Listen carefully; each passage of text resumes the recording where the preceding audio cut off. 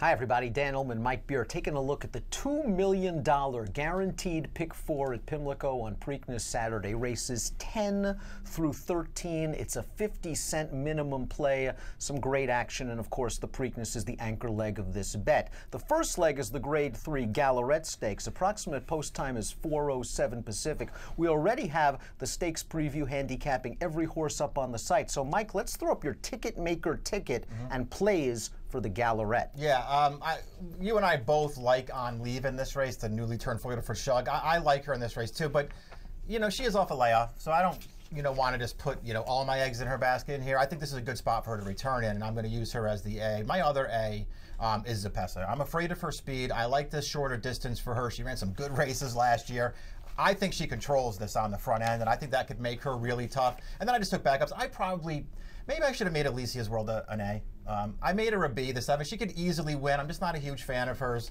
But I'm going to use her in the pick 4. And the 9 and the 10 are my two sort of bigger priced horses. I think they both have a chance in this race. They both have recency. They're both pretty good. I'm going to use those horses in the pick 4. Queen Caroline, the 9, is 2 for 2 at Pimlico and is 20-1 on the morning line, going second off the layoff for a crafty trainer. So certainly I can see why you're using that horse as a backup. And Cambodia, the number 10, is another one that I'm going to use as one of my 3 A's as we throw up my ticketmaker ticket. The two logical horses, On Leave and LEZ's World. I think they're the classiest and best horses in this race. Cambodia, to me, does have a little bit of upside because of the horses coming out of the Dahlia, Cambodia, and Danilova. I thought this horse had the worst trip. I agree with that. And listen, Danilova is far from impossible in this race. I would just rather have that horse at probably a little bit of a better price. I'm surprised you're not using Zapessa at all. You're not afraid of Zapessa at all? I'm afraid of Zapessa's speed in here. I just have a feeling that someone is going to go with her. I'm not sure. I think she's good enough, but I wonder if someone else is going to realize this pace, she can't be that close. I know that On Leave can be close. And with her freshness off of the pace, her recency,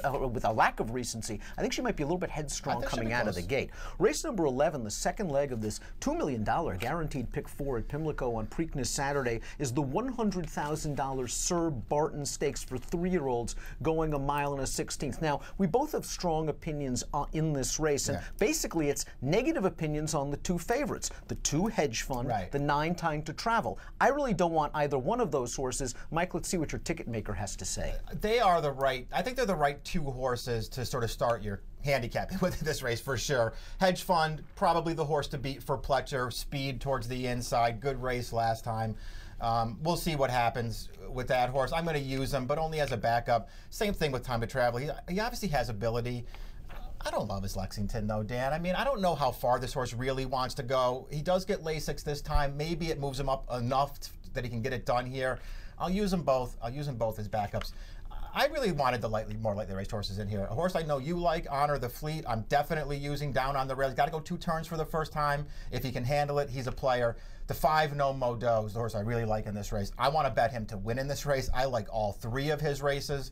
He was awful good on the Derby undercard, winning that race from off the pace and coming through between horses where he had to study.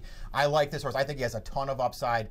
And the Romans horse, I mean, who knows what you're going to get from number 6, Watch Me Whip. But off his debut, this horse can really run, and he's going to win something good. And something tells me that he's going to take a lot more money off that 12-1 morning line. As we take a look at my ticket maker play, as Mike mentioned, I kind of really like the number 1, Honor the Fleet in here. Ran fast last time out, going a 1-turn mile at Laurel, but I just like the way he does it. I like his tactical speed. He's got a nice inside post position. As Mike mentioned, this will be his first voyage around 2 turns. I think he's a solid enough horse. Watch Me Whip is my B. Really, for the feeling, I think he's going to take money. I don't want any of the short price horses in this race. I'm throwing out Hedge Fund. I'm throwing out Time to Travel. And those are 2 horses that can easily win this race, but I want to get some value in this wager. I'm also going to use a horse that I know you don't like. Who's that? And that's the number 7, True Timber. I just think that this class relief for Kieran McLaughlin is key for True Timber, who's been chasing the likes of Irish Warcry and Jay Boyzeko, and he's just never going to beat those horses. But I do think there's something here and a little bit of tactical speed. I wonder if he gets lost in the shuffle a little bit, despite the class drop at 8-1. True enough. Listen, maybe I was remiss not to just use this horse somewhere, because you're right, he has races that I guess would put him there.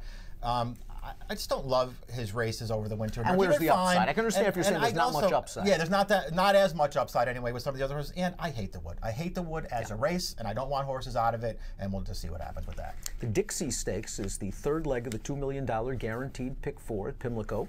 On Preakness Saturday, we have our stakes preview presented by ExpressBet already up on the site. So let's take a look at Mike's ticket-maker play for the Dixie. For me, it was a spread race, and for Mike, I wouldn't say it's cut and dry, but you're very confident in these 3 horses. Yeah, I'm just going to use, I mean, they're the 3, I think, logical horses. The only one that I didn't use, who is obviously a logical horse in this race, is the horse that I know you like, Ring Weekend, on the outside. I know that he can win. I'm not thrilled with, I just don't like that last race of his. Maybe I'm just being too hard on him, and it's going to come back and bite me here, but I'm going to use the 2 World Approval, who I really like in this race. Chad's Projected, who is the horse to beat in here. Black Type, who I just think is a main contender. I'm going to try and get through this race with those 3 horses. Let's quickly switch over to my ticket maker play, including the Dixie. And I'm using 2 A's. I'm using Mike's top pick in the race, World Approval. I'm using my top pick in the race, the number 10, Ring Weekend. I think Ring Weekend had a little bit of circumstances go against him at Santa Anita last time out. We know he can run well at Pimlico. I really liked World Approval's comeback race. I think if Marcassi can keep him together, he can be a really strong middle distance factor. Projected the 7 as the horse to beat. I'm going to use him as a B, although he did get just a wonderful trip at Keeneland last time out. And my 2 deep backups, and these are just, I want to have maybe 50 cents on Catapult, 50 cents on Conquest Typhoon. Gotcha. 2 horses that I've always liked. I've always thought have had a little bit of ability and have never put it together, especially Catapult, a horse that I think has some upside. He's got some upside. I agree with that. And then, of course, it's the big one, the Preakness. Mike, Matt Bernier, and I, we've already got the DRF.com Race of the Day video of the Preakness up on video.drf.com. And, of course, you can access free Formulator past performances on the Race of the Day event page. And let's take a look at Mike's ticket maker, his completed ticket maker for this $2 million guaranteed 50-cent pick 4. You're only using 2. The Derby winner, Always Dreaming, and Gunnevera from Off the Pace. Yeah, I do sort of feel like Always Dreaming is a pretty likely winner here. My position in this race really is more I'm against Classic Empire than anything else. I think Always Dreaming's way the horse to beat, and I do think he gets through this. I think if he loses, maybe he loses to Gunnevera, who just trips out in this race if they go after Always Dreaming early, and he can make a late run.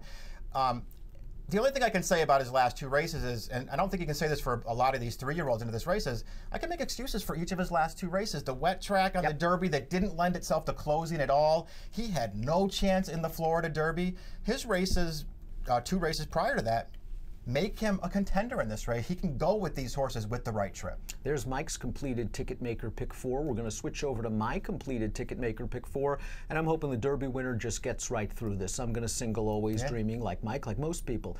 He looks like the most likely winner of the field. I tried to make other horses. Like you, I'm against Classic Empire in this race. I think he's going to take a lot of money off the trip he received in the Kentucky Derby. I would have liked to have made a case for Conquest Mo Money. I just don't see a scenario from a trip standpoint how it's going to get it done. Wanted to make a case for Cloud Computing, but as you said, the Wood just wasn't a very strong race. I'm not sure I really want horses out of the Wood, especially taking on a horse like Always Dreaming. So I'm going to try to get alive with various configurations and hope that Always Dreaming, as the favorite in the Preakness, can get through it. The second jewel in racing's Triple Crown. This is a fun sequence. Races 10 through 13, all stakes races, $2 million guaranteed pool for this 50-cent wager. And leg A, the grade 3 Gallarette, has an approximate post time of 4:07 Eastern. Best of luck.